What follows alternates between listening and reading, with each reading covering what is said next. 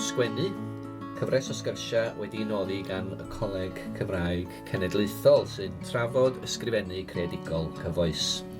Llion Pryderi Roberts ydy fenw fi. Dwi'n uwchddarlithydd yn Ysgol y Gymraeg Prifysgol Caerdydd. Ar tro hwn, y prifardd a'r llenor Llŷr Gwyn Lewis sydd yn ymuno efo ni am sgwrs. Un o Gaernarfon ymwreiddiol ydy Llŷr, ond wrth gwrs, da ni'n gyfarwydd o go fel enillydd Cadair Eisteddfod Genedlaethol Ceredigion yn 2022 am gyfansoddiad ar y testun traeth. Y mae wrth gwrs wedi ennill sawl gwobr gan gynnwys 2 gadair yn Eisteddfod yr Urdd. Mae o hefyd yn llenor ac yn fardd profiadol. Mi gyhoeddodd storm ar Wyneb yr Haul yn 2014. Ac yna wedyn Rhwng Dwy Lein Drên, pamffled o farddoniaeth oedd honno yn 2021 ar 2 gyfrol yn cyrraedd rhestr fer cystadleuaeth Llyfr y Flwyddyn. Mae wedi cyhoeddi yn helaeth, mae ganddo fo stori fer adardu yn rhifin cyfredol O'r Pedwar Gwynt, ac mae o hefyd felly yn ymddiddori mewn rhyddiaeth. Fe gyhoeddodd o'i gyfrol ryddiaeth Rhyw Flodau Rhyfel yn 2014, ac fe ath y gyfrol honno ymlaen i ennill categori ffeithiol creadigol cystadleuaeth Llyfr y Flwyddyn yn 2015. Fe gyhoeddodd gyfrol o straeon byrion wedyn Fabula yn 2017. A'r flwyddyn honno fe detholwyd yn un o'r 10 o leisia newydd Ewrop, Mhrosiect Ewrop Lenyddol Fyw. Mae o'n hoff iawn hefyd o berfformio i waith. Mae o'n aelod o dîm y ffoaduriaid ar raglen y Talwrn, ac efo hefyd oedd cyd-olygydd y gyfrol Bragdy'r Beirdd yn 2019. Wel, croeso Llŷr, ynddo?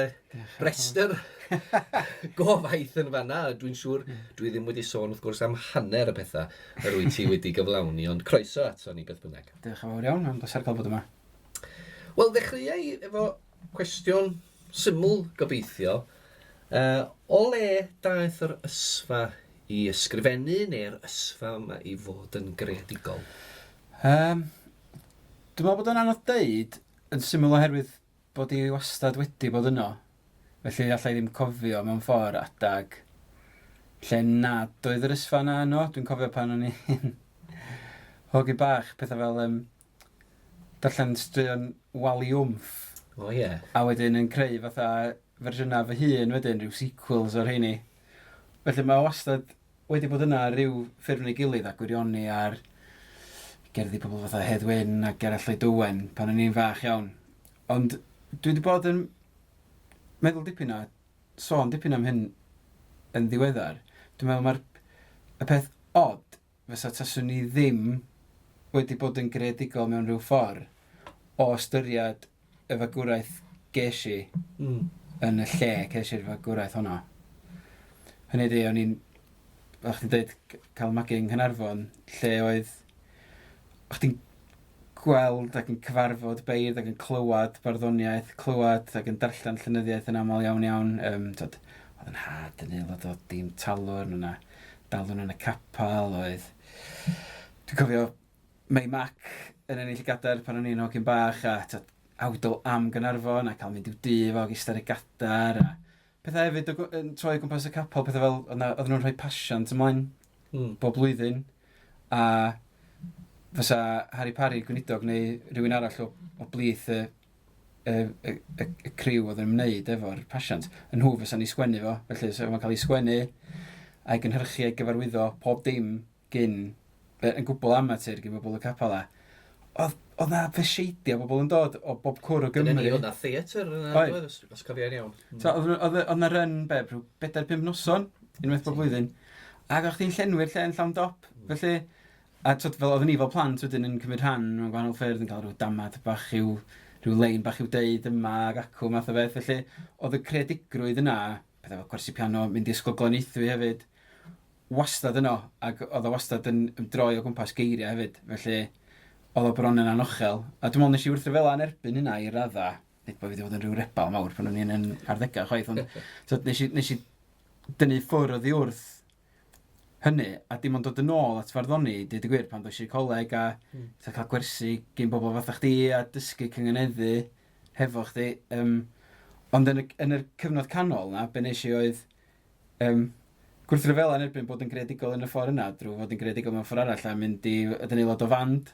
So o'ch di dal yn sianelu fo mewn rhyw ffordd, jyst bod o mewn ffordd wahanol. Ie, dyna'r peth, da ni'n ystyried, a da ni'n amlwg yn trafod ysgrifennu creadigol yn fan hyn, ond mae'r syniad o fod yn greadigol, mae'r syniad o greadigrwydd yn ei hangach o lawer na hynny, yn dydi? Ac yn ffeindio ei ffordd mewn gwahanol ffurfiau. Ond wrth gwrs, mae hyd yn oed can, mae honno'n greadigol, yn dydi? Mae cerdd, beth ydy'r ffin rhwng can a cerdd yn aml iawn? Mae'n amwys. A so, ar un adag fi ond y dim i fi drio am le mewn coleg drama i fynd i actio. So, wedi bod yn yrfa ac yn fywyd go wahanol tasyn ni, dim mynd lawr y llwybr yna, ond y pwynt ydy, o'n i wastad yn mynd i fod angen y creadigrwydd mewn rhyw ffordd. Mae just mater o look neu ffawd ydy wedyn pa ffordd. Yn aml iawn, yn y Gymraeg, ti'n fwy tebygol o lanio ar yr ochr sgwennu barddoniaeth am hynny, achos dyna mae pethau fel y talw'n stompia, ti'n syrthu fewn efo rhyw griw, a wedyn ti'n cael dy dynnu mewn i hynna, dyna ti'n neud wedyn, dyna ti'n cymryd delete yn efo dde. A mae'n mynd at i'n ôl wedyn at y pwynt roedd ti'n ei wneud yn gynharach yn dweud, roedd barddoniaeth fel pe bai o dy gwmpas di, oedd o'n weladwy, oedd o'n rhan o'r gymuned mewn ffordd. A mae'r sîn farddol, ac allai dewn ni drafod rhagor ar y sîn farddol yn nes ymlaen, mae'r sîn farddol yn sîn gymdeithasol iawn yn dydi, ac yn un weladwy iawn hefyd mewn sawl ystyr. Ynddi, ac yn un sy'n porthi ego hefyd. Ti'n cael cymeradwyedd, ti'n cael ymateb cynulleidfa'n sydyn iawn, a felly ti'n gallu meddwi a gwirioni ar hwnna, a mae'n dysbardun o di wneud mwy ydyn mewn ffordd ydy. Felly, o droi at y broses greadigol i hun, lle, a pan wyt ti'n dod at farddoni, neu wrth gwrs, at lunio darn o ryddiaeth. Ti di sôn yn barod am rei o'r dylanwadau a pa mor bwysig o defagwraeth di ac yn y blaen, a rhai o'r dylanwadau oedd yn rhan o hynny. Ond o ran canfod ysbrydoliaeth pan fyddi di'n dechrau darn o waith neu rhywbeth felly, ble byddi di'n canfod ysbrydoliaeth fel rheol wrth ymateb i destun neu thema? Hynny di, mae yna ddadl weithiau yn does, be sy'n tanio'r rhywun a'i gair, ydy cerdd yn dechrau a gair neu ydy cerdd yn dechrau a syniad? Mae'n wyth i ddweud hwnna, mynd i. Wel, yn un peth, dwi'n meddwl, mae'n ystrydeb bod chdi'n, mae ffin dyna sydd rhwng dwyn ac cael ysbrydoliaeth. Dwi'n teimlo fatha dwi angen bod yn darllen yn gyson ac yn darllen pethau gen bobl eraill o hyd i fod yn gallu sgwennu fy hun. Mae'n swnio'n od. Ond os dwi'n styc am gerdd, yna'r pethau cyntaf naid i os ti'n llefryddi ar silff a gweld, be mae'r person yma di wneud? Allai wneud rhywbeth tebyg, neu allai defnyddio hwn efo'r testyn yma, teip o beth, neu... Ie, dwi'n anteimlo bod darllen yn rhoi ysbrydoliaeth i rywun. Hynny di, fel ti'n deud, i bar adde, mae o'n dylanwadu'n o'r model. Wel, mae rhywun yn medru ystyried hynny yn dydi. Ond fydda i'n nedig o ddarllen rhywbeth sy'n rhoi fi yn de, sy'n cyffwrdd ar rhywun. A mae hynny'n rhoi syniadau i rhywun, rwysig. Ac yn aml, mae'n rhaid i gael y pethau sy'n mynd, sy'n sy'n ni wedi gallu neud hynna. A pan ti'n gweld hynna, yn rhaid i gyfo rhywun un o'r gyfoedion di hefyd, ti'n meddwl, so mae hwnna'n dewthio di, dwi eisiau neud bat tebyg, ond dwi eisiau neud o'n wahanol, dwi eisiau neud o'n debygach i be dwi'n neud mewn ffordd. Ond mae gen ti gwestiynau wedyn o ran, dwi ddim yn dda iawn am ymatab i destun, dwi'n stryglo'n aml ar y talwr pan ti'n cael testun penodol, achos illa fi gennau rhywbeth pendant, dwi eisiau sgwennu amdano fo beth bynnag, ac os nad yw'n ffitio i'r testun, ond mewn ffordd yna di'r gamp ydy, ella bod y testun, bod gen ti rhywbeth ti eisiau dweud, a unig beth mae'r testun ydy rhoi dy ddelwedd ganolog i chdi neu rhywbeth. Ie. Tywod? Ie. Wyt ti'n dod at ddarn felly, bod o farddoniaeth neu'r ryddiaeth rwan, gyda syniad penodol neu gyda rhyw thema benodol, neu ydy'r thema yn aml yn rhywbeth sydd yn datblygu drwy'r broses, neu drwy gyfrwng y broses. Ti'n mynd at efo'n fwriadol, ond ti'n sylweddoli wrth sbio nôl weithiau, o ia, dwi wedi sgwennu lot am hynna yn diweddar. A yn diwedd, dwi'n meddwl, cyn cael plant, oedd lot o ganu serch, canu eitha personol. Dwi wastad di, mae'n rhywbeth mwy Saesnig na Chymreig ella, yr peth na lle mae'r persona di fel bardd yn agos iawn at chdi dy hun, a mae bron fatha bod yn ymylu ar farddoniaeth gyffesol, neu mae'n farddoniaeth sydd yn sicr yn canolbwyntio ar hynna'n ar domestig, ac o'n i'n gweld, oedd o'n ddifyr darllen benedigaethau genedlaethol enni efo ambell un yn beirniadu'r cerddi domestig yn eitha hall. Wel, dyna di fy mar amenyn ni, mae'n siŵr, o ran barddoniaeth ydy, dwi'n cael ysbrydoliaeth o fy sefyllfa bersonol i fy hun, ond dwi'n fwriadol mynd ati i sgwennu am bethau fel la. Just dyna sydd yn dod mewn ffordd. A mae yna gynodiadau eraill yn does yn nghlwm wrth y gair domestig, yn enedig pan mae'n cael ei ddefnyddio fel rhyw fath o beirniadaeth ynde, ond ia, oherwydd mae o'n nghlwm wrth ganu profiad hefyd yn dydi. Canu profiad yn dis. Ac unwaith eto, down ni at hynny, ond rwy ti hefyd yn fardd, ac yn llenor ynde, sydd wedi derbyn comisiyna penodol i ysgrifennu. Ydy'r broses yn wahanol yn y cyd-destun yna felly? Achos oedd ti'n sôn bod ti'n yn cael trafferth ymateb i destun ar y talwr neu rhywbeth felly. Beth am gomisiwn? Dwi'n meddwl, ti'n gwisgo het wahanol i'r adda. A mae hwnna'n rhywbeth dwi'n neud. Ella sa'ch ti'n gweld dwy gerdd gen i ac yn meddwl, dim yr un person sydd wedi sgwennu hyn. Wel, oedd y pamffled, o'ch ti'n sôn dan yma gyda Rhwng Dwy Lein Drên, cerddi penrydd i gyd bron iawn, dwi'n meddwl. Neu ella ddim penrydd, ond does am cynghanedd yna. Felly mae'n wahanol achos ti'n amrywio o gerdd i gerdd, o gyfrwng i gyfrwng, o fesur i fesur. Dwi'n aml yn meddwl, does gen i ddim un llais fel bardd, mae'n amrywio. Ac eto, dwi'n meddwl, mae yna... A hwnni, ti'n mynd dadansoddi'r peth yma amdano chdi dy hun, ond dwi'n meddwl ella un peth sydd yn dod fwy a fwy i'r amlwg ac yn un apelio fwy a fwy at y fi ydy'r tyndra yna rhwng y gwahanol elfennau yna. So rhwng y llais personol, domestig, mewnol, bogail syllol os lici di, sy'n fewnblyg ac yn edrych fewn at ei deulu.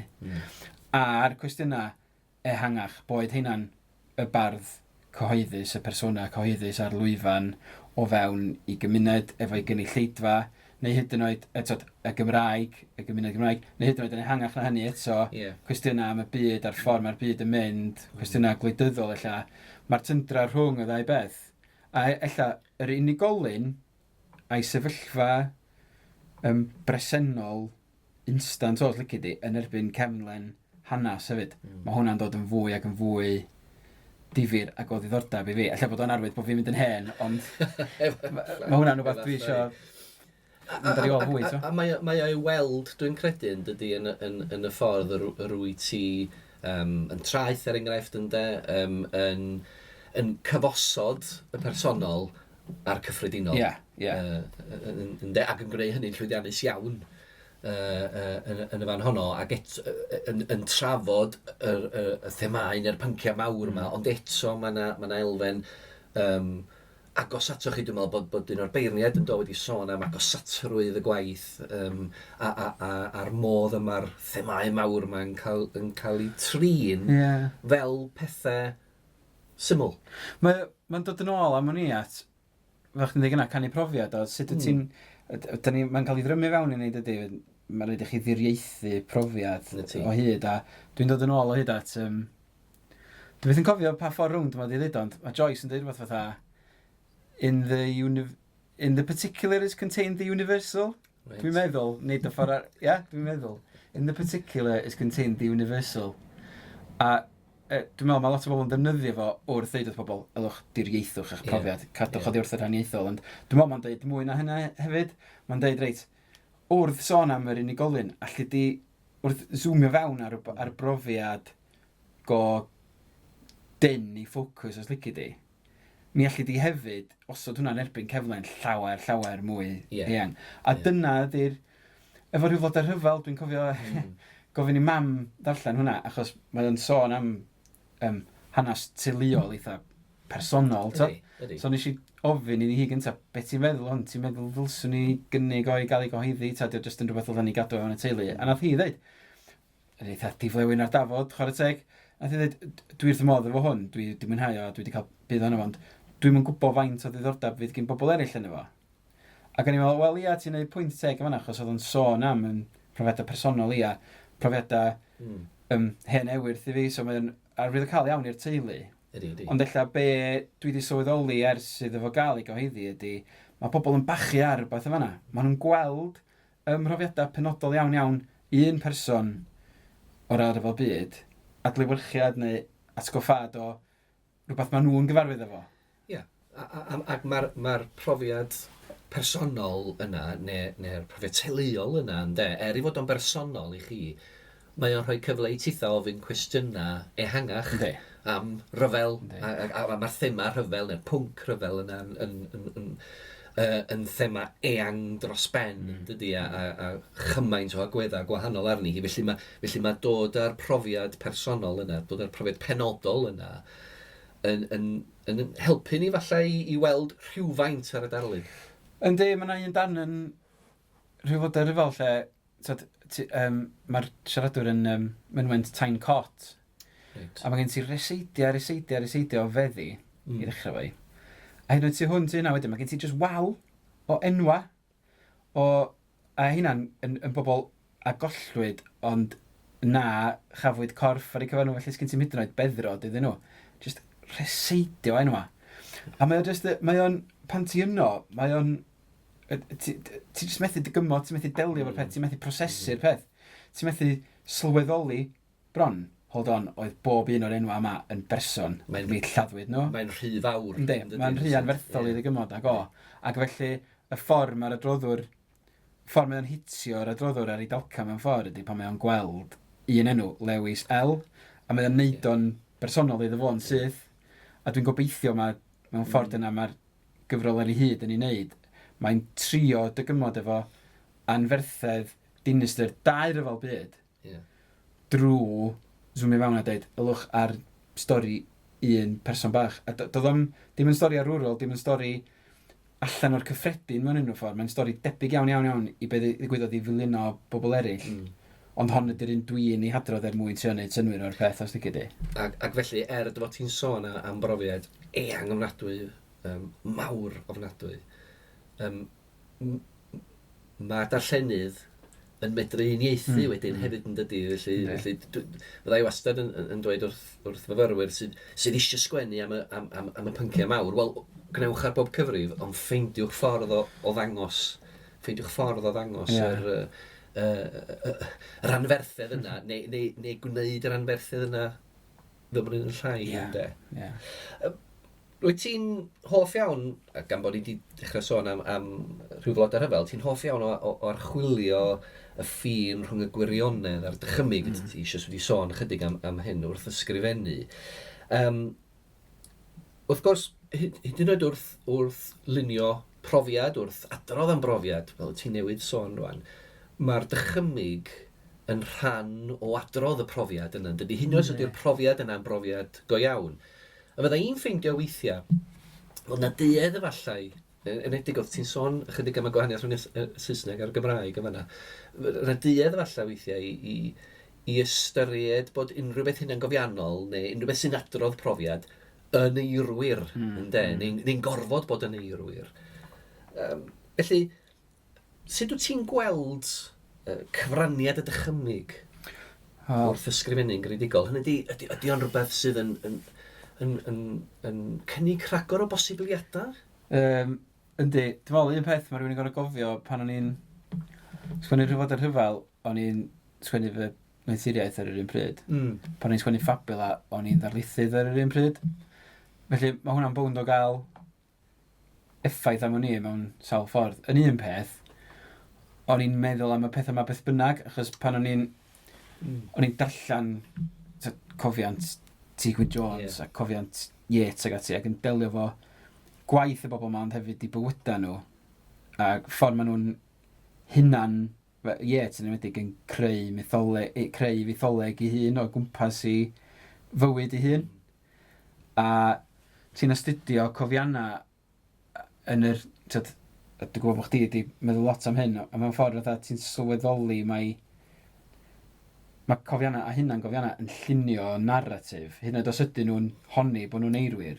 Yeah. Ti'n llunio dy narratif dy hun wrth sbio nôl. Fatha dwi wedi bod yn neud yn y cyfweliad yma, dwi wedi rhoi rhywbeth o... Dwi wedi gymhwyso rhesymeg a rhyw trajectory i fy natblygiad fel sgwennwr. Ar hap oedd hwnna'n llwyr, ond... Ac oherwydd mae hynny'n rhan o swyddogaeth y fath yma o sgwrs. Ie, ynddi.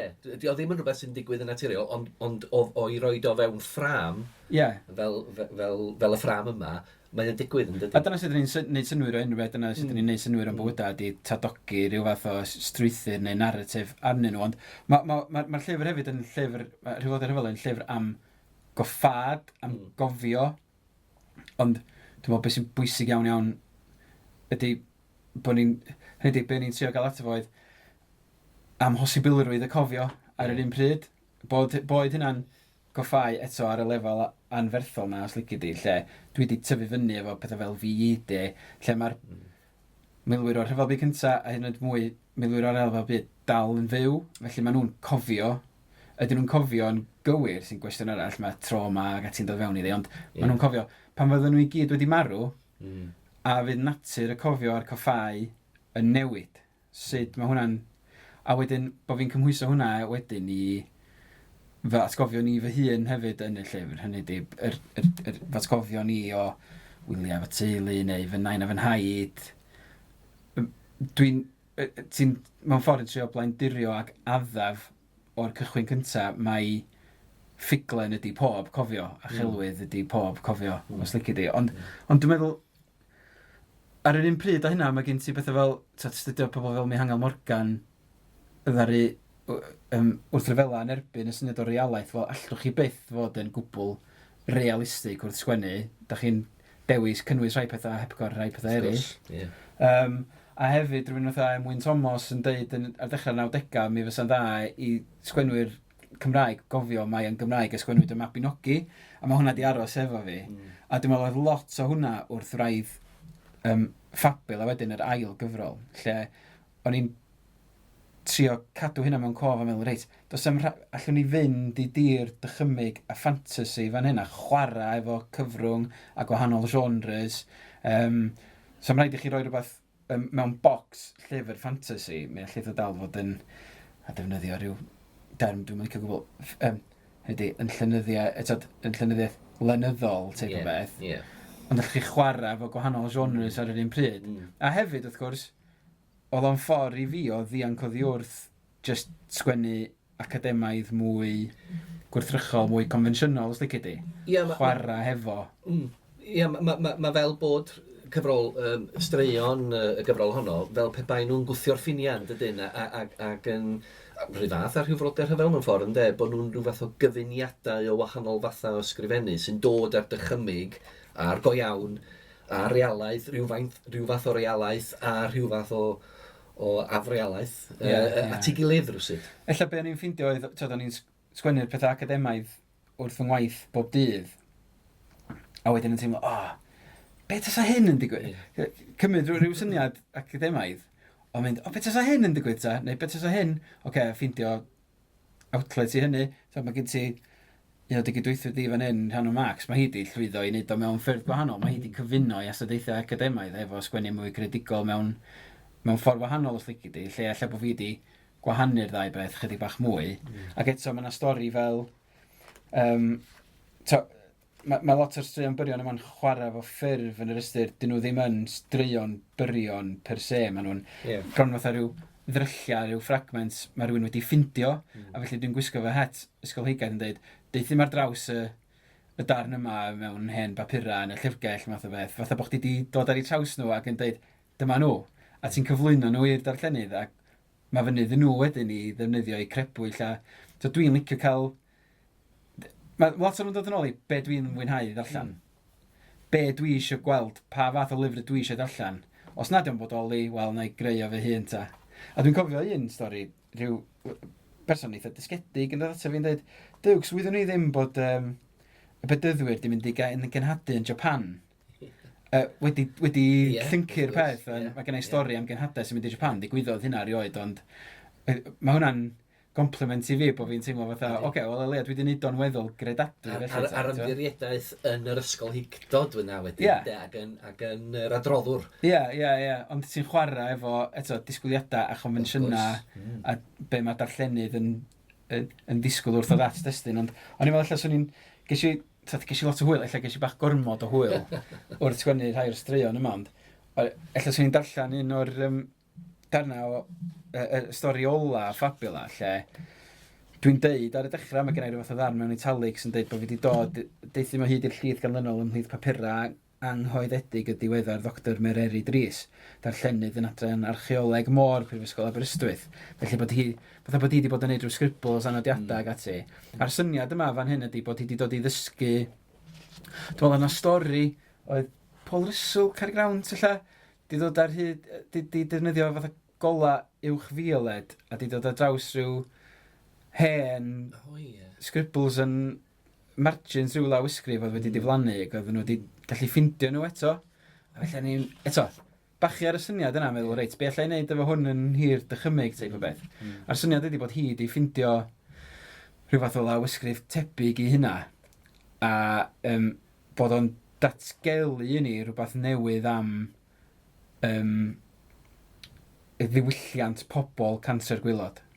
A'r syniad ydy bod nhw'n bobl a ni'n meddwl, da ni'r Cymru, eto mae'n dod yn ôl at themau Rhyw Flodau Rhyfel, da ni'r Cymru rhoi gymaint o fri ar gofio, ar edrych yn ôl, a cofio'n greiddiau, a be os, fysa gennych chi un math o bobl Cymreig, oedd wedi cael ei boddi achos bod nhw'n byw ar y gwastadeddau isol yma, bod eu gwareiddiad nhw wedi cael ei boddi gymaint o weithiau, mae'r peth ola maen nhw eisiau gwneud ydy cofio yn ôl, achos mae'n rhy dramatig.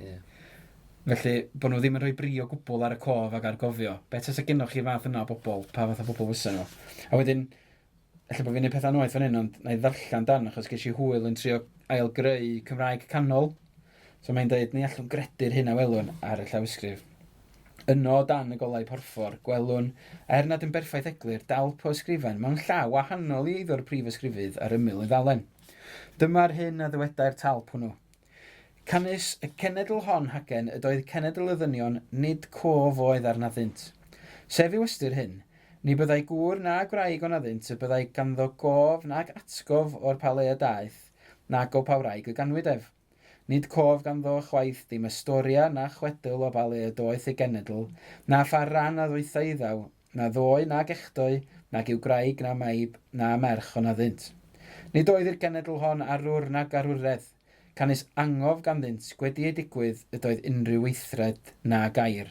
Mae'n mynd mlaen fan hyn, math o beth. So, felly, trio chwarae fo, eto'n syniad ni o gofio ac o goffau, a mae hwnna'n, os ti'n mynd yn ôl at beth ni'n sôn dan nhw gyna, y personol, yn erbyn cernlefn, rhywbeth llawer mwy eang, beth sy'n digwydd erbyn diwedd y stori, ydy bod chdi'n rhyw fath o ddall, wel mae yna dro yma wedi digwydd y mywyd Pryderi Roberts yma hefyd, lle ella mae hi wedi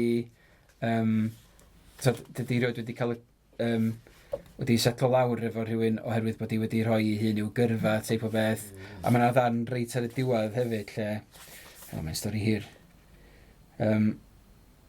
Mae'n deud, yn bersonol, a dyma sy'n mae hi'n gorffan ei nodiadau, yn bersonol, ni allaf flaen a dyheu am gael mynd fy hun o bryd i'w gilydd i gantre'r gwaelod a'r tonnau ymcandyn.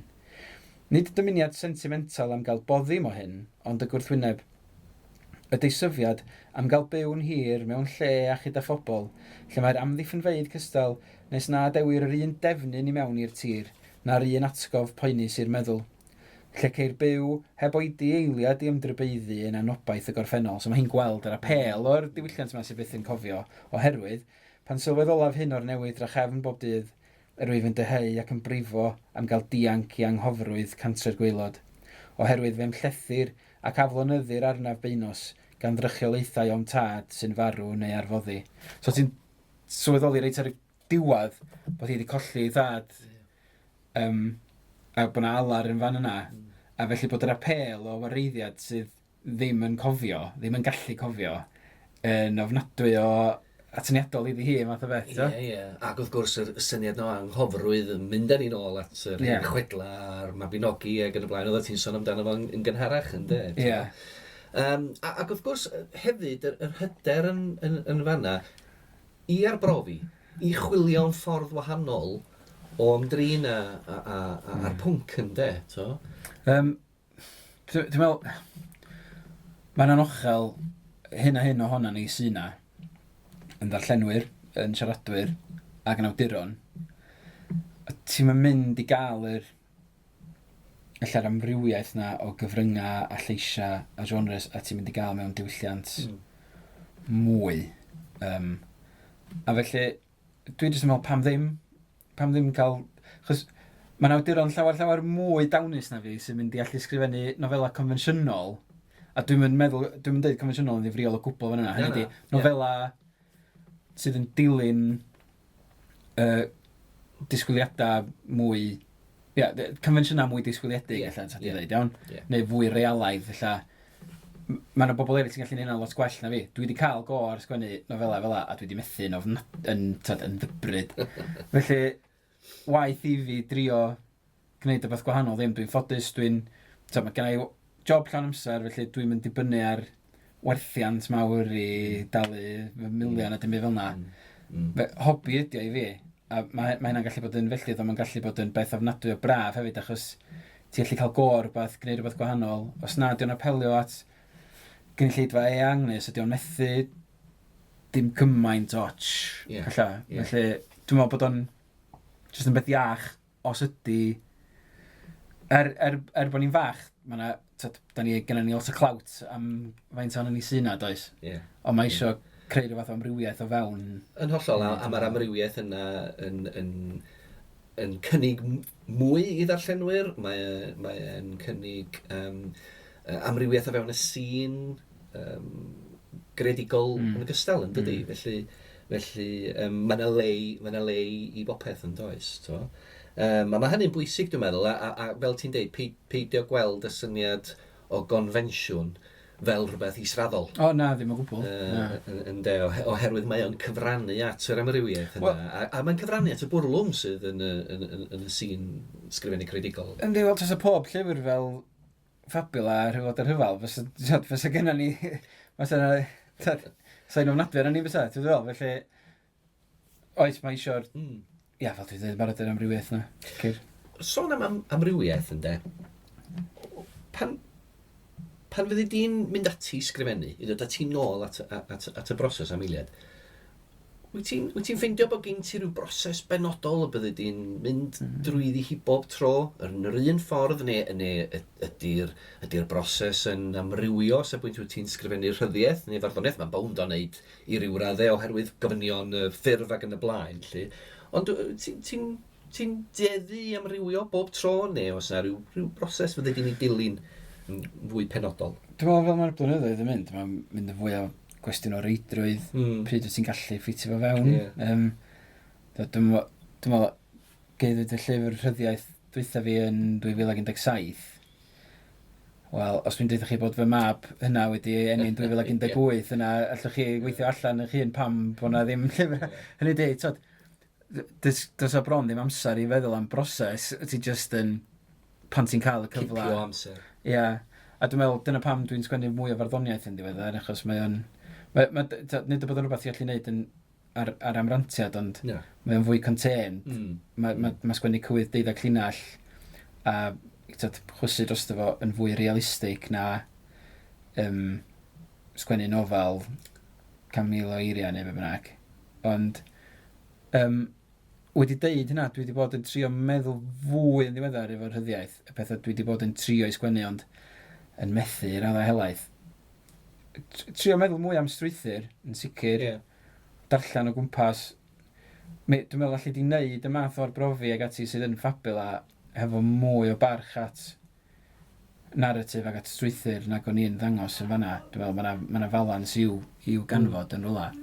Un peth dwi yn trio wneud ydy, mae just yr tyranni y ddalen wen. Yn enwedig yn oes y we, lle y peth gweitha allai i wneud ydy eistedd lawr gyda'r nos ar ôl diwrnod o waith ar yr plant yn ei glau, efo dalen wag, achos na i just mynd ar Twitter, a na i ffindio llwyth o bethau i wneud yn ytrach na sgwennu, a fyna 2 awr di mynd a fyna i di wastio fo. Felly dwi'n gredwr mawr yn beth yw'r dywediad Lladin a solvitur ambulando. Dwi'n meddwl, fe'i trysur trwy gerdded. Dwi'n wrth y modd o hwnna. So, os dwi'n meddwl, oce, dwi'n mynd i sgwennu heno, na i llai fynd am dro, neu na i fynd i redag, neu hyd yn oed, falle di jyst cymryd cawod, neu golchi llestri neu rhywbeth. Rhywbeth lle sgyn ti ddim sgrin o dy flaen, ond mae dy feddwl di'n gallu crwydro i rhywle, a gynta gen ti syniad, iawn, stedd o lawr o flaen sgrin wedyn, a teipia achos fydd dy ddilo di yn cael traffarth dal fyny efo dy feddwl di wedyn. A dyna'r unig ffordd dwi'n ffindio efo sgwennu rhyddiaeth. Mae sawl awdur yn sôn am bwysigrwydd, mynd am dro neu rhywbeth felly yn dydy. Ac yn ddiddorol yn fanna, da ni'n tueddu, da ni'n feddwl am y broses sgrifennu fel rhywbeth sydd yn digwydd o flaen sgrin neu ar bapur, ond wrth gwrs mae'r broses fel ti'n awgrymu yn dechrau ynghynt na hynny. Mae pethau'n gorfod troi yn y meddwl a ti'n gorfod datrys cwestiynau yn y meddwl gynta. A dwi'n meddwl, mae hwnna wedi bwydo fewn i farddoniaeth hefyd. Dwi'n cofio pan o'n i'n 10au, o'n i'n eistedd ar ddesg, o'n i'n sgwennu, oedd pethau'n, o'n i'n chwdu pethau allan ohona fi os licio di. Gynta o'n i'n eistedd lawr, oedd o'n dod allan yn syth, o ran cerddi wan. Lle rwan, fwy a fwy a fwy, eto wrth i fynd yn hun ydi o. Mae'r gerdd yn y pen yn llawer hirach. Dim ond yn mynd ar bapur yn llawer nes mlaen yn y broses os licio di, na fysai di wneud 15-20 mlynedd yn ôl. Ac o ran y broses honno wedyn o gael y geiriau na lawr, oes gen ti unrhyw elfen neu elfenna neu agwedda y rwy ti'n canolbwyntio yn benodol arnyn nhw wrth gael y drafft cyntaf na lawr.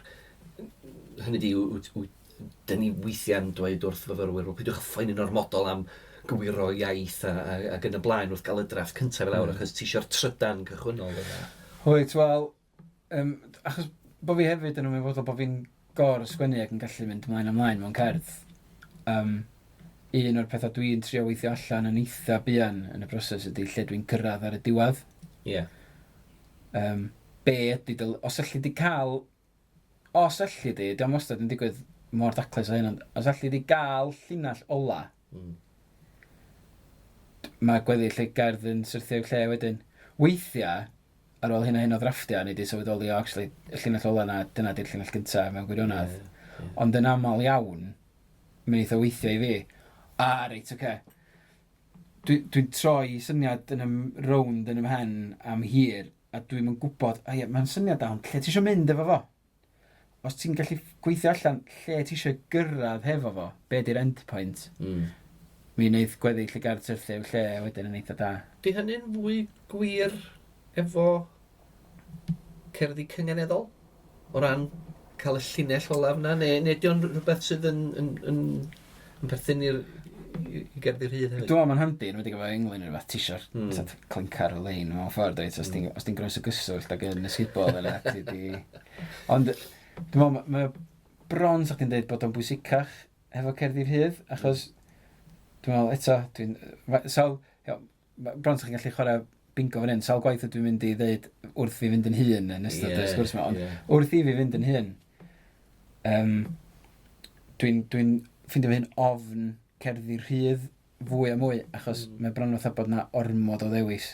Allu di fynd ymlaen ac ymlaen. Ac eto mae'n dod yn ôl at faint o amser sy'n gyn rhywun i roi'r pethau yma.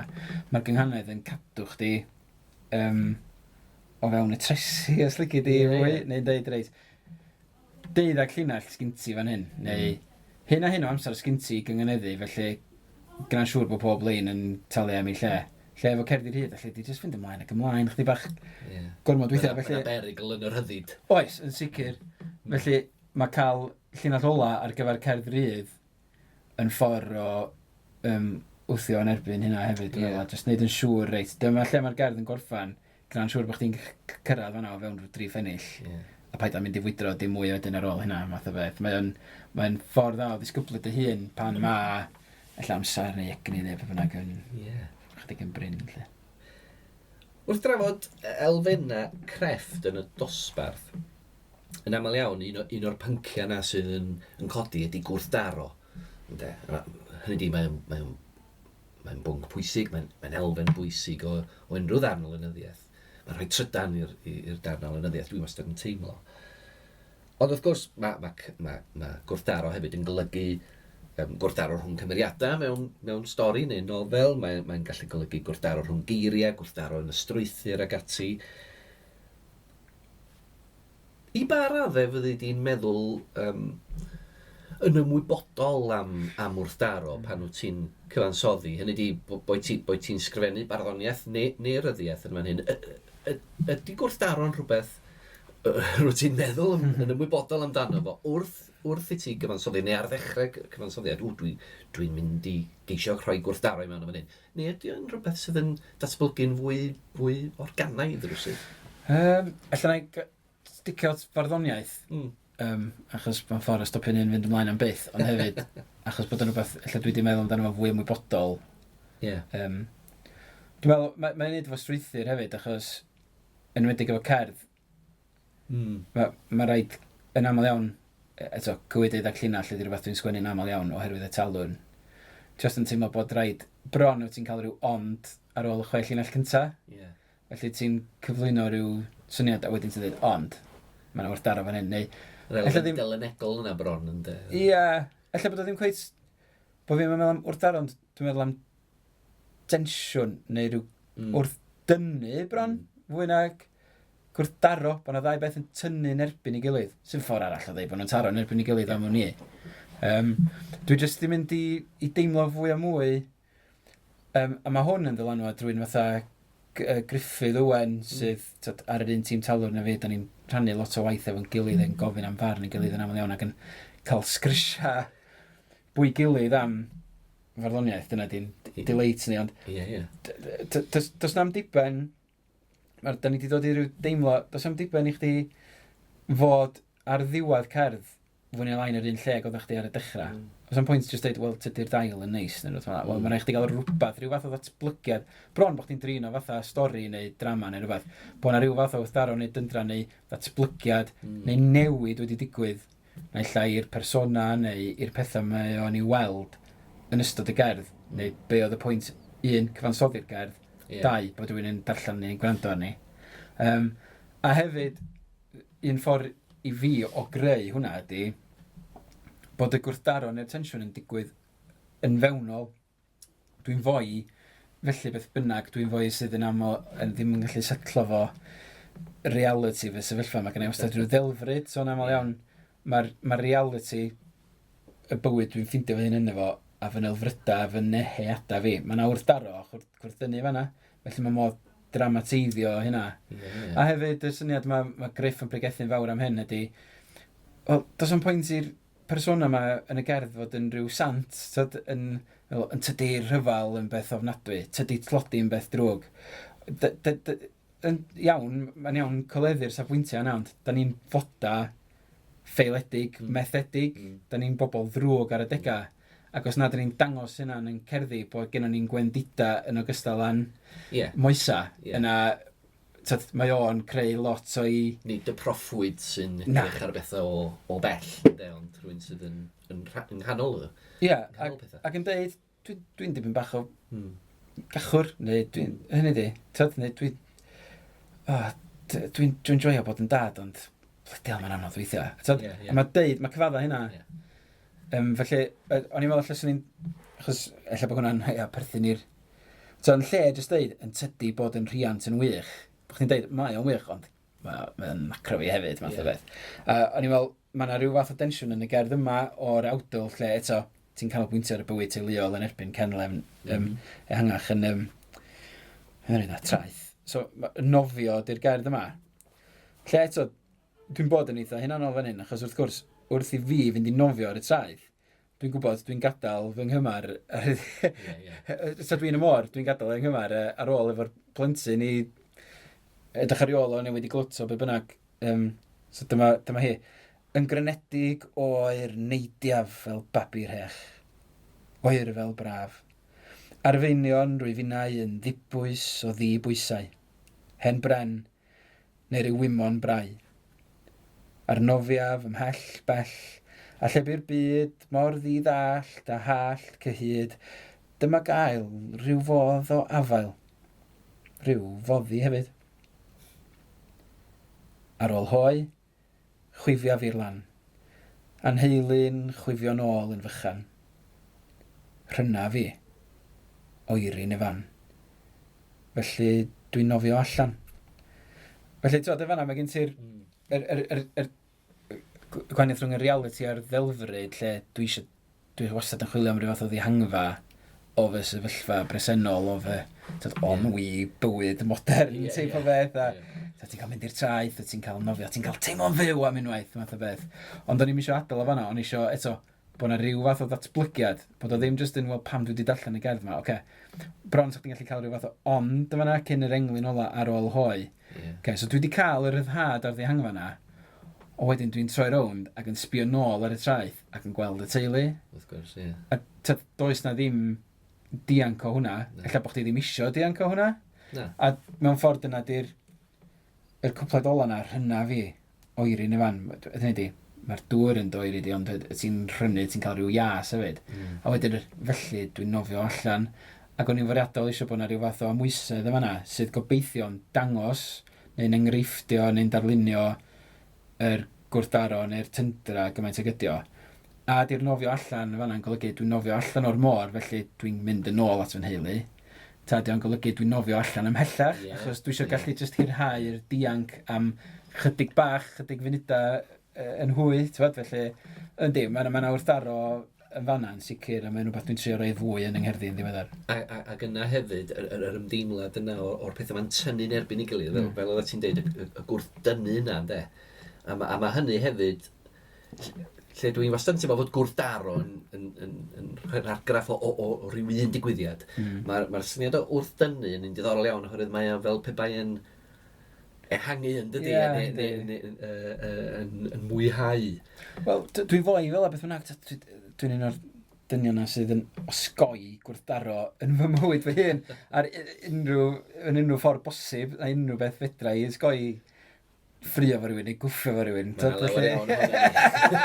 Just i gael bywyd hawdd, math o beth, felly, am hwn i, dyma rhywbeth dwi'n mynd i fynd ato fo ar ei ben. Ond eto yn rhywbeth fel Rhyw Flodau Rhyfel, mae hwnna'n concern sydd yna am hwn i, ydy, be fyswn ni wedi wneud? Taswn ni wedi gorfod bod yn yr gwrthdaro enbyd afiach a nynol yna. Mae'n gwestiwn i chdi dy hun, a mae hwnna'n creu gwrthdaro eto o dy fewn di dy hun eto wedyn ydy. Ti'n cael dy dynnu ato fo a dy hydo, ond eto ti'n ffeiddio ato fo ac yn arswydo ato fo. Felly, ydy'r gwrthdaro yna neu'r gwrthdynnu yna yn rhan o dylais di, achos rhywbeth arall, ti eisiau ti sôn am hyn yn do, rhywbeth arall sy'n codi'n aml iawn ydy llais awdur, llais bardd. Ydy o'n un peth, neu ydy o'n rhywbeth sydd yn amrywio?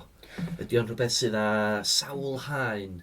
Achos, da ni'n tueddu i ddeud yn dydan llais y bardd, dwi'n gallu clywed llais y bardd yma'n hyn. A'r awgrym yn fanna wedyn ydy, mae rhyw un peth, rhyw un llais sydd yn rhywun. Ond mae gen ti sawl llais, ac eto, ti yw ti. Dwi os wedi bod yn amheus o'r syniad yma. Dwi'n meddwl bod o'n un o'r pethau yna lle mae rhaid i rywun... Mae'n haws i rywun arall ddeud nag i fi ddeud. Achos dwi yn ymwybodol ohono fo. Ac eto, os dwi yn gorau meddwl am y peth, dwi'n meddwl bod gennau un llais, achos ti'n newid fel person o ddydd i ddydd. A dwi'n gorfod rhaid o fath o caveat fewn fan hyn, sef, mae lot o'r pethau dwi'n drafod fan hyn, dwi wedi sgwennu nhw dros decawd yn ôl, bellach. Felly, mae be sy'n ni'n sgwennu rwan yn dra gwahanol. Just achos hynna, achos mae profiadau yn rhywun yn newid, mae ffordd o sbio ar y byd yn newid, mae leoliad o'n newid. Os oes na rhywbeth... Un peth sy'n od amdano fi am hynny ydy, mae'r ddwy gyfrol dwi wedi cyhoeddi, maen nhw mewn Cymraeg go lenyddol, go ffurfiol, lle mae'n ngherddi fi, dwi'n meddwl, yn mynd yn fwy ac yn fwy llafar. Dwi'n meddwl na Llŷr Lewis ar ôl y gadar, dwi'n wedi deud hyn yn y feirniadaeth ysgrifenedig, ond oedd o just mewn sgwrs efo fi sôn, mae be oedd o'n teimlo oedd pobl fatha Griff a fi di wneud oedd. Be oedd cenedlaeth pobl fel Emyr a Myrddin ag ati yn wneud oedd, oedden nhw'n criw take-away ar awen, felly oedden nhw'n gwneud yr cywyddau cyhoeddus yna, ond ar yr un pryd oedden nhw'n ennill cadeiriau, ond oedd hi harddull a'i heithwedd nhw wrth ennill y cadeiriau, yn wedi gan ti'n sbio rhywun fel, dwi'n bo, Myrddin neu Emyr, llawer mwy ffurfiol, yn cydymffurfio fwy efo'r patrwm llenyddol ar uchel na os licio di, lle mae cerddi cyhoeddus nhw'n fwy llafar ag anffurfiol. Ac oedd o'n teimlo be da ni'n neud bellach ydy bod ni'n dod ar arddull mwy ffwrdd â hi yna, mwy llafar, yn wedi gyfer rhywun eitha grifft, i fewn i gystadleuaeth y gadar.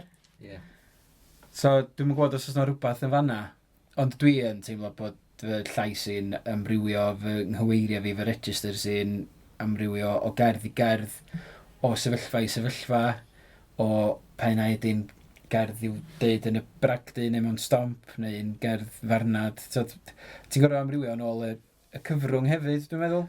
Wyt, a ti'n mae'n hawdd sôn am lais telenegol, dwedwn ni. Ond mae'r llais telenegol yna sydd yn naturiol efallai yn llais agos at y ti'n llais personol.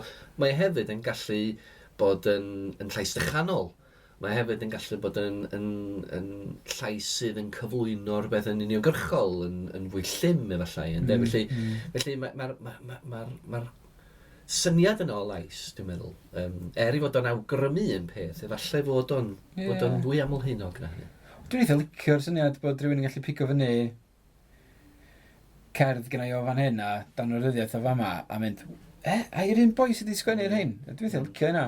Dwi'n meddwl bod rhaid i chdi gael yr undod yna i dy gorff o waith o reidrwydd. Ia, mae'n dod nôl at yr amrywiaeth na, oedd ti'n sôn amdano fo yn gynharach hefyd yn dydi. Ydy o hefyd efallai, dwi'n credu bod ti eisiau wedi awgrymu hyn efallai, ydy o hefyd yn cysylltu efo'r syniad yna o berfformio, y syniad yna o fod yn fardd sydd yn perfformio dy waith, sydd yn adrodd neu yn datgan dy waith ar lafar. Ac yn amlwg mae'r sy'n farddol, gyfredol yn dydi, yn sy'n sydd bellach wedi seilio ar berfformio ac ar nosweithiau a hynny'n rhan bwysig o agweddar y sy'n. O ran perfformio dy waith, felly, i ba raddau wyt ti'n gweld y gair perfformio yma ar weithred o berfformio fel rhywbeth sydd yn greiddiol i'r broses creadigol, neu ydy o'n rhywbeth sydd yn ychwanegiad ato fo, neu ydy o'n chydig o'r ddau? Chydig o'r ddau, dwi'n meddwl. Mae'n od, achos dwi'n meddwl ydy o'n Covid, ydy bod fi mewn swydd bellach sy'n ymwneud llawer llai aml efo siarad yn gyhoeddus, ond dwi wedi mynd yn fwy nerfus am dwi'n llawer llai awyddus bellach i berfformio yn gyhoeddus nag oeddwn ni o'r blaen.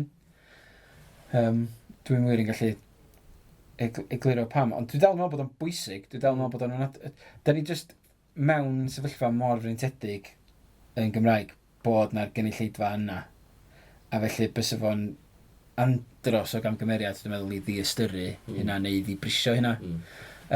Eto i gyd ar yr un pryd, dwi'n gwybod nad dyna sy'n fy ngyrru fi fel sgwennwr i sgwennu. Nid dyna ydy'r... Dwi'n meddwl, eto, wrth i chdi fynd yn hun ac yn brysurach, mae rhaid i chdi gael yr ysfa na i sgwennu, neu diolch yn mynd i ddigwydd, achos mae bethau eraill yn mynd i fynd. Ac os ydw i'n eistedd lawr i sgwennu, nid, mae hon yn mynd i fynd lawr yn y bragdy yn dda, ydy'r peth sy'n yngyrru fi. Peth gwylodol yna. Ia. Os ydy o'n digwydd wedyn beth bynnag, yna gwych, dwi'n ofnadwy o falch, ond dwi'n meddwl, y rheswm dwi'n sgwennu ydi, bod fi'n sgwennu'r pethau y byswn i eisiau darllen fy hun. A mae yna dyndra wedyn, achos ti'n gwybod, os ti'n sgwennu rhywbeth ar gyfer noson penodol neu'r gynulleidfa penodol, ti'n gwybod pa fotymau o gwasgu, ti'n gwybod beth sy'n mynd i apelio atyn nhw wyt ti'n rhoi hwnna, ac yn mynd amdani wyt ti'n just yn trio tynnu'n yn erbyn hwnna rhyw dwtch a mynd, dwi'n gwybod bod dyma beth ydych chi eisiau fi wneud, ond dyma beth dwi'n mynd i wneud. Neu, a oes na rhyw eto dyndra creadigol ffrwythlon yn fanna, lle allu di wneud chdi bach o'r ddau. Ac eto mae'n dod yn ôl wedyn at be ni'n sôn amdano fo gynna lle, a gen ti'r personol, mewnblyg, yn erbyn cefnlen rhywbeth. Oes na fodd chwarae yn y ffin rhwng yr persona cyhoeddus a'r persona preifat na. Achos mae'r cyhoeddus a'r llais personol yna yn ymddangosiadol ben a'i gilydd, ynddi? Ond efallai bod yna dyndra yn fanna hefyd. Dwi'n meddwl bod rhaid os wyt ti'n gwneud y ddau, a dwi dal yn trio gwneud y ddau, mae'n eich di drio ffindio rhywbeth difyr ar y ffin rhyngthyn nhw wedyn, dwi'n meddwl. Ti di sôn yng nghyd-destun y gynghanedd, dwi'n meddwl, yn fwy penodol yn y gyfrol y gynghanedd heddiw, fod yr amrywiaeth yna falle o berfformio yn golygu bod y testunau yn gweithio drwy rhyw broses chydig bach yn wahanol yn deag nad oedde ti'n poeni cymaint am union reolau ac union sillafag yn y blaen. Felly, ydy'r perfformiad felly yn cynnig y rhyddid yna? I ti'n hytrach nad bod ti'n cael dy gloi? Ydy, mae hefyd yn gallu bod yn broses drafftio yn hynny o beth, achos ti'n gallu mynd drwy, dyn ni'n weithio dwi wedi torri lot o linella neu ychwanegu ar sail ymateb ti wedi gael trwy dwytha gyn gynulleidfa. Tyd? Ac mae Jerry Hunter yn sôn am hyn yn mae'r bardd canolysol dydi. Pryd mae beth yn cael ei sgwennu lawr. Os ti'n sgwennu cerdd fel lawr, ti'n mond yn cymryd snapshot ohoni fel oedd hi ar un adag. Mae gen i hi fywyd llawer ehangach na hynny. A beth sy'n digwydd wedyn pan mae rhywun arall yn ei datgan i neu fe bynnag gysi. Fraint o glwad yng nghywydd croeso fi rwy'r gerdant sy'n cael ei datgan ar gerdant. Os o'n y blaen, a ni'n dweud, wel, hynna'n anhygoel, dim y fi bia hwnna, dim mwy. A chyfrwng arall yn dod yn cyd-fyw drwy'r broses yna mewn ffordd yn de. Ond, mae'n rhoi rhyddid i chdi. A hefyd, wyt ti hefyd yn gallu sylweddoli fatha, wel, allai di'r lein yna ddim y gryfa, ond allai wneud rhyw osgo neu rhyw ystym y fanna, sydd yn mynd i gael ei laffs beth bynnag. Neu mae gennau gywydd am dawnio lot o winoedd gwahanol. So dwi'n gwybod, mae gennau fatha rhyw seren bach ar y copi, lle dwi'n gwybod reit, fan hyn ti angen dawnio glasiad o win coch. Fan hyn ti angen dechrau slur y deiria. Fan hyn ti angen bod yn feddw gaib. A fan hyn ti angen actio fatha bod gen ti ffordd a hangover math o beth. A felly mae'n dod o'r y perfformiad wedyn, di hwnna ddim heblaw mae'r ser bach lle dwi'n gwybod, so hwnna di'n cael ei printio, so yna ddim o hynna, yr cyd-destun yna, fysa. Felly, ai adloniant yn unig ydy'r perfformiad yn y cyd-destun yna, neu ydy'r dal yn rhan o'r gerdd? Ti wedi fy stympio fi yna, mae'n tro cynta. Mae'n gwestiynau diddorol ynglyn â'r elfen yma, a y ffaith i bod hi'n elfen mor bwysig bellach. Hynny di, does dim rhaid i bob bardd fod yn berfformiwr. Na. Ond mae'n anodd meddwl, dwi'n meddwl, am y sîn farddol ebyn hyn heb ystyried yr agwedd yna, sydd wedi bod yn rhan o'r traddodiad, os galwn ni o'n hynny, am gyfnod maith, dydy, ac wedi bod yn fwy ac yn llai perthnasol ac yn llai amlwg, yn de. Wel, ti'n gwybod, ti'n ffasiwn ddiweddar, mae does am lot o feirdd yn canu i cerddi, mae hwnna'n rhywbeth sydd yn gyswll efo'r gorffennol hefyd ydy, neu yr hen joc ydy bod rhag ymadrodd rhai beirdd yn llawer hirach a llawer mwy difyr na i cerddi. Rhag ymadrodd 3 munud i englyn. Pa mor bwysig ydy'r rhan yna o'r gerdd o ran rhoi cyd-destun, de? Mae'n cyfryngu'r gerdd, yn dydi? Mae'n cyfryngu rhwng y bardd a'r gynulleidfa. Ond mae'n gallu lliwio'r darlleniad hefyd, wrth gwrs. Wel, dwi wedi gweld ambell un sydd yn bod yn onadwy o ddoniol yn i'r rhagymadrodd. Ond cerdd ddwys sydd gennyn nhw, ond di'r gynulleidfa mae'n twigio hynny'n sydd, felly maen nhw'n dechrau chwerthu'n am ta 5-6 linell gyntaf, a wedyn yn sefydlu, Mae hynny'n rhoi ffram wahanol iawn ar y testyn. De. Ond wrth gwrs mae gen ti hefyd ddatblygiadau diweddar, cyfryngau cymdeithasol yn y blaen, sydd yn mynd ar testyn yn ôl i destyn ysgrifenedig, a pwyslais ar gweledol ac yn y blaen, instegerddi ac yn y blaen. Wel, dwi wedi dechrau cyfri, o'n i'n eisiau rhoi yn enw arno fo, achos o'n i'n eisiau rhoi'r pwysau yna yn y fi fy hun mewn ffordd, ond lle ti'n prodi cerdd efo delwedd bob tro. A dwi wedi mwynhau hwnna'n arw, achos os yn ffordd o... Mae naws yn y fath dwi'n trio greu yn aml iawn yn yng Ngherddi, a mae ychwanegu llun atmosfferig yn neud lot o'r gwaith calad yna drosach chdi mewn ffordd, felly... Dwi'n meddwl, mae lot i... Mae hwnna'n mynd i newid... Dwi'n meddwl, da ni'n darllan ac yn sgwennu mwy cenedlaeth ni. Na bosib erioed o'r blaen. Ti'n sôn am pobl yn sgrolio, iawn, os TikTok, fideos di'r hynna, ond pethau fel Twitter a Facebook, sgwennu a darllan pobl drwy'r amser. A mae lot o'r sgyrsiau sy'n digwydd bellach yn digwydd dros e-bost, neu dwi'n cael sgyrsiau maith efo ffrindiau am flynyddiaeth dros Facebook Messenger neu rhywbeth fel la.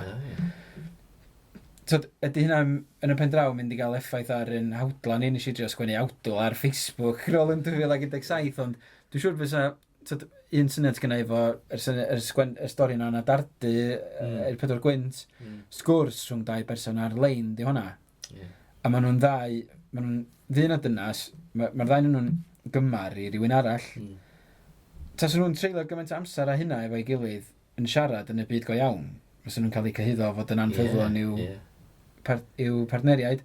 Ond maen nhw'n neud o ar-lein, am oriau bwy gilydd, maen nhw'n ffurfio perthynas agos iawn yn fanna. Wrth gwrs. Ond wyt ti'n gallu cyfleu hynna mewn nofel? Ti'n gallu atgynhyrchu testyn, nid verbatim, achos di sgwennu fo maen nhw, ond be bynnag ydy'r fersiwn sgwennu o verbatim. Ond mae'n... Hynny di...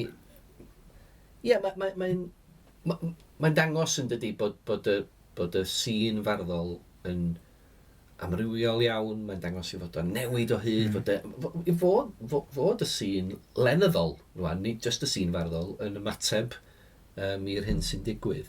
Wyt ti'n gweld y sîn lenyddol, y sîn farddol a'r sîn ryddiaeth, maen nhw'n wahanol wrth gwrs, ond wyt ti'n credu bod nhw'n iach? A byd tawelwch. Yn dwan adl, sori. Mae'n anhygoel bod ni yma o gwbl, dydy. Mae jyst y ffaith bod ni'n dal wrthi'n gwneud hyn ac yn rhywsyd yn dynnu cynulleidfaoedd allan o'i tai ar ôl pandemig pan mae gen ti Netflix a Prime a bod dim. Mae pobl dal i ddod. Mae'n diolch mawr i pobl am ddod allan o'i tai hefyd, ond yn hyn o beth, yndan, da ni'n aruthrol o iach a lwcus. A mae yna weithgarwch, a mae yna fwrlwm, a mae yna deimlad bod chdi'n rhan o do. Ti'n mynd neud hyn ar ben dy hun, ti'n mewn sgwrs. Dwi'n meddwl, ella lle... Mae yna wendi oherwydd dydy'r sgwrs ferniadol ella ddim yn digwydd o gwmpas hwnna gymaint. A dwi'n meddwl fai ar neb yn benodol, dwi'n meddwl, ond yn y 90au gen ti cyfnodolion dod allan bob mis, doedd. So oedd modd cael sgyrsiau rhyngthyn nhw, dialog, dwi'n meddwl, just... Di'r pres, ddim yna, ddim mwy. A di'r amser, ddim yna gen bobl i wneud o, ddim mwy. A mae hynna'n biti, achos mae angen beirniaid i fath o ddeud wrth bobl, lwch, dyma beth ydych chi'n neud. Gynwch fwy o hyn, gynwch lai o hyn. Neu mae hyn yn ddifur, lle mae'r datblygiad yma mynd. Di'r cyd-destun beirniadol na o gwmpas ddim yna. Cysylltu ar syniadau hangach na mewn ffordd. Edrych na meddwl am y darnau unigol i hynny, a'r testunau unigol i hynny. Ac ella bod hynna i gyfri am y ffaith, dwi'n meddwl, lla un gwendid sydd yn golygu bod fi'n bach y fwy amwys ar yr atab ydy. Dwi'n jyst meddwl bod yna diffyg amrywiaeth dybryd. A dwi ddim yn golygu hwnna. Mae gen ti bobl fatha criw stamp sydd wedi gwneud gwaith aruthrol yn sicrhau bod yna leisia amrywiol o ran y cefndiroedd maen nhw'n dod ohonyn nhw. pobl fysa ti ddim yn disgwyl yn draddodiadol efallai fod yn sgwennu Gymraeg, Mae hynna'n beth arbennig o dda, a mae mor wych i weld. Be dwi'n grysynu at fo weithiau ydy, pan ti'n darllen y gweithiau yma, maen nhw'n swnio'n sobor o debyg i rhywbeth fyswn i wedi sgwennu. Hynny ydy, mae angen pobl o wahanol gefndiroedd ar amrywiaeth yna, ond dyn ni'n angen amrywio'r ffyrdd da ni'n sgwennu hefyd. Oedd o ddigwydd yn gystadleuaeth y goron Lenin, nath Elin y Wyn Reynolds dweud, digon o'r sad dad poems wan math o beth. Ac oedd hwnna'n iawn. Dwi'n meddwl na i stopio, dyna di'n mar amenyn ni wedi bod ers dipyn o'n, ond ella na i stopio wneud hynna achos da ni gyd wrthi yn neud o. Mae o lot i wneud efo y demograffig, da ni gyd yn ddynion yn ei 30au o Wynedd, sydd efo rhyw gysylltiad efo Caerdydd, sydd magu plant, da ni'n bound o sgwennu am y pethau yma, mae'n anochel. Ond, sy'n rhaid ni sgwennu amdano fo'n yr un ffordd. Allwn ni ffindio gwahanol gyfryngau ac arbrofi, a dwi'n meddwl mae hwnna'n rhywbeth sydd angen digwydd lot mwy mewn barddoniaeth a rhyddiaeth. Dim ots be ydi amgylchiadau neu gefndir personol yr awdur, da ni angen amrywio mwy o ran ffurf, o ran mynegiant, yn lle bod ni gyd jyst yn swnio'n debyg i'n gilydd. Herio mwy arno ni'n hunan, herio mwy ar y ffurfiau, a'r ffordd yr ydyn ni'n sgrifennu. Ie, dwi'n meddwl. Hynod o ddiddorol. Wel, wrth orffen, Llŷr, os gen ti gyngor i rywun sydd falle yn meddwl am sgrifennu, yn dechrau allan sgrifennu, pa 3 chyngor falle fydda ti'n rhannu am? Swn i'n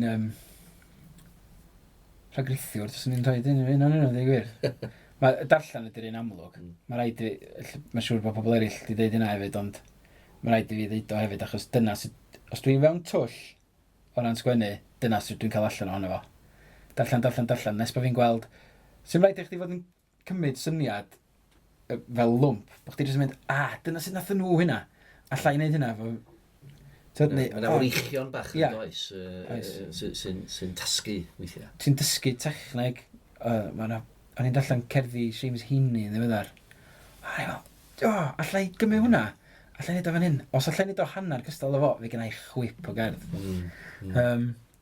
Llall fysa taflod y ffôn i'r afon, faint dwi'n dreulio ar cyfryngau cymdeithasol yn lle sgwennu. Mae jyst yn gwneud rhywbeth i'n brains ni, dwi'n meddwl, yn anffodus. Felly dwi'n mynd i drio dilyn y cyngor yna fy hun a jyst diffodd y ffôn a troi at. Ond ochr arall yna, mae'n siŵr mae dyna fysa'r trydydd beth a dwi wedi sôn amdano fo'n barod ydy gorchelwch y ddalen wen. Dwi'n just dim iws eistedd lawr o flaen sgrin os nad os gennych chi rhywbeth yna'n barod i'w ddeud. Alli dda fod just yn snippet o ddeialog sydd yn mynd rownd yn eich pen. Rhyw un hanner llinell o gynghanedd. Ond mae rhaid bod yna rhywbeth yn eich pen chi cyn bod chi'n eistedd lawr i sgwennu. Boed honno'n sgrin cyfrifiadur, boed o'n dudalen o bapur ar ddesg. Ewch am dro, ewch am gawod, gnewch be bynnag. Ond gnewch yn siŵr bod hwnna yn y pen a bod angen i'r llaw wedyn yn ddal fyny efo'r meddwl erbyn bod chi'n cyrraedd eich desg. Wel, Llŷr, diolch yn fawr iawn i ti am sgwrs mor ddifyr ac am roi o'r amser di ac am dy gynghorion di. Mi nes i fwynhau cael sgwrs yn arw. Diolch yn fawr iawn i ti. Diolch.